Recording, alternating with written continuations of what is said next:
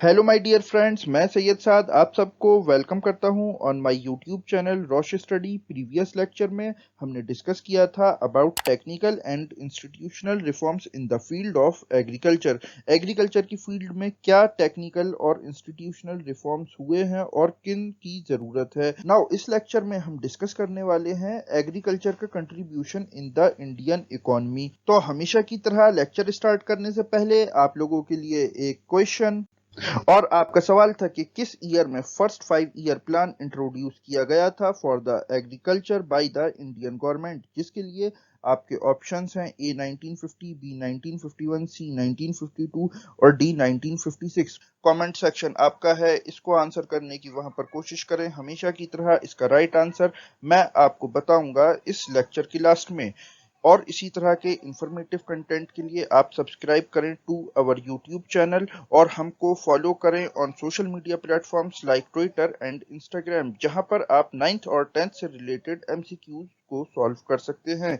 तो चलिए हम स्टार्ट करते हैं आज का अपना topic. So stay with us because there is a lot to know, a lot to discuss.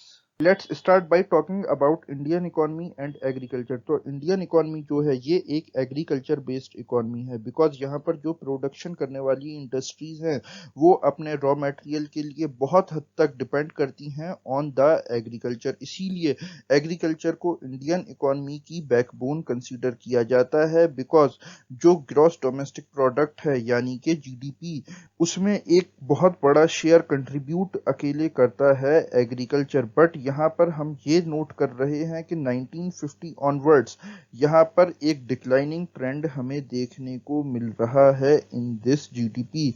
और 2021 के डेटा के अकॉर्डिंग, जो कि लेटेस्ट डेटा है, जो जीडीपी का शेयर है इन द इंडियन इकोनॉमी ये है अराउंड 20%। और अगर हम बात करें टोटल वर्कफोर्स की जो कि इंडिया में है, तो 2010-11 के डेटा के अकॉर्डिंग अबाउट 52% जो वर्कफोर्स है वो काम करती है in the sector of agriculture. यानी कि इंडिया की जो आधे से ज़्यादा पॉपुलेशन है वो अपने सस्टेनेंस के लिए बिजी है इन द एग्रीकल्चरल एक्टिविटीज़।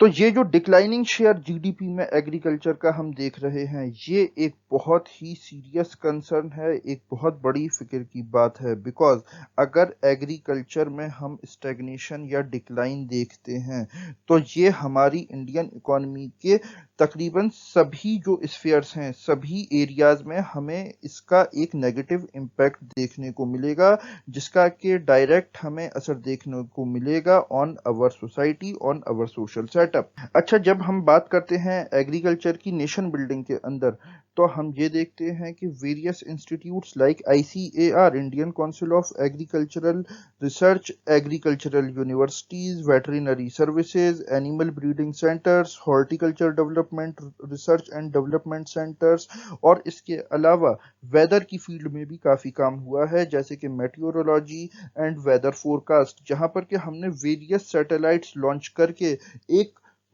एक पूरा नेटवर्क डेवलप किया, जिससे कि हमें वेदर का बहुत अच्छा अंदाजा हो सके और इसके साथ ही साथ इंडियन एग्रीकल्चर भी फ्लरिश कर पाए। और इसके अलावा हम ये भी देखते हैं कि जो रूरल इंफ्रास्ट्रक्चर है जो कि काफ़ी ज़्यादा एसेंशियल है फॉर द एग्रीकल्चर, वो काफ़ी इम्प्रूव किया गया है। लेकिन ऐसा नहीं कि सब कुछ अच्छा ही हो रहा है, हम बहुत सारी प्रॉब्लम्स अभी भी फेस कर रहे हैं in the Indian agricultural sector. Because because हम ये तो देख रहे हैं कि ईयर बाय ईयर जो जीडीपी ग्रोथ है ये तो इंक्रीज हो रही है, बट जो हमारा कंट्री है उसके लिए जो एम्प्लॉयमेंट अपॉर्चुनिटीज़ हैं, जो सफिशेंट एम्प्लॉयमेंट अपॉर्चुनिटीज़ हैं, वो जनरेट नहीं हो पा रही हैं। और एग्रीकल्चर के अंदर एक हम डी एक्सिलरेशन देख रहे हैं ग्रोथ के मामले में, जो कि एक काफ़ी अलार्मिंग सिचुएशन है फॉर आवर कंट्री। और इसके साथ ही साथ अगर हम एक और चीज़ देखें आज की तारीख में, तो इंडियन फार्मर्स जो हैं एक बहुत ही बड़ा चैलेंज फेस कर रहे हैं ऑफ इंटरनेशनल कंपटीशन, जहां पर कि पब्लिक इन्वेस्टमेंट हमें एग्रीकल्चर के सेक्टर में कम होता हुआ दिखाई दे रहा है, और जो सब्सिडी है ऑन द फर्टिलाइजर साथ ही साथ वो भी कम हो रही है, और जो प्रोडक्शन की कॉस्ट है किसी भी क्रॉप के वो बढ़ती जा रही है। तो ये एक बहुत ही सीरियस चैलेंज पोज करता है टू अवर इंडियन एग्रीकल्चर और खासकर हमारे इंडियन फार्मर्स को, खासकर जो छोटे फार्मर्स हैं उनको तो इससे काफी ज्यादा खतरा है। फिर हम ये देखते हैं कि जो इंपोर्ट ड्यूटीज हैं वो हमारे एग्रीकल्चरल प्रोडक्ट्स पे काफी ज्यादा बुरा असर डाल रही हैं। जैसा कि मैंने आपको बताया कि इंटरनेशनल कंपटीशन काफी बढ़ गया है, बट जो इंपोर्ट ड्यूटीज हैं वो यहाँ पर काफी नेगेटिवली इम्पैक्ट करती हैं हमारे एग्रीकल्चरल प्रोडक्ट्स को। और इसी के चलते जो हमारे फार्मर्स हैं वो एग्रीकल्चर में से अपना इन्वेस्टमेंट विदड्रॉ कर रहे हैं, जिसकी वजह से हमें एक डाउनफॉल देखने को मिल रहा है इन द फील्ड ऑफ एग्रीकल्चर, खासकर एम्प्लॉयमेंट में। जो एग्रीकल्चर काफ़ी बड़ा एक एम्प्लॉयमेंट सेक्टर था, वहाँ पर हमें एक बहुत बड़ा डाउनफॉल देखने को मिल रहा है। तो ये है whole analysis about the contribution of agriculture to the Indian economy. Now next lecture में हम डिस्कस करने वाले हैं अबाउट द फूड सिक्योरिटी। तो चलिए हम वापस आते हैं अपने क्वेश्चन की तरफ। और आपका सवाल है कि एग्रीकल्चर को लेकर फर्स्ट 5 ईयर प्लान गवर्नमेंट ने किस ईयर में इंट्रोड्यूस किया था? इसका राइट आंसर है बी 1951।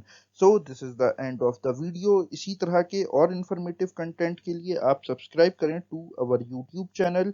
और ये वीडियो अगर आपको अच्छा लगा हो तो इसको लाइक करें, कमेंट करें, शेयर करें with your friends. Now I am Syed Saad signing off, but जाने से पहले एक इम्पोर्टेंट अनाउंसमेंट। अब आप सीबीएसई 11th इंजीनियरिंग, आर्ट्स और ग्रेजुएशन के एग्जाम्स और एंट्रेंस टेस्ट की प्रिपरेशन घर बैठे और बेटर वे में कर सकते हैं with our free study material. इसके साथ आप डाउनलोड कर सकते हैं वेरियस बोर्ड्स और यूनिवर्सिटीज़ के syllabus from our website tutorbasket.com। और इसके साथ ट्यूटर बास्केट आपके लिए लाया है यूनिक और premium test series with exciting offers. और इसके साथ रेगुलर अपडेट्स के लिए आप हमको फॉलो कर सकते हैं on various social media platforms such as Twitter, Instagram and Facebook at Rosh study.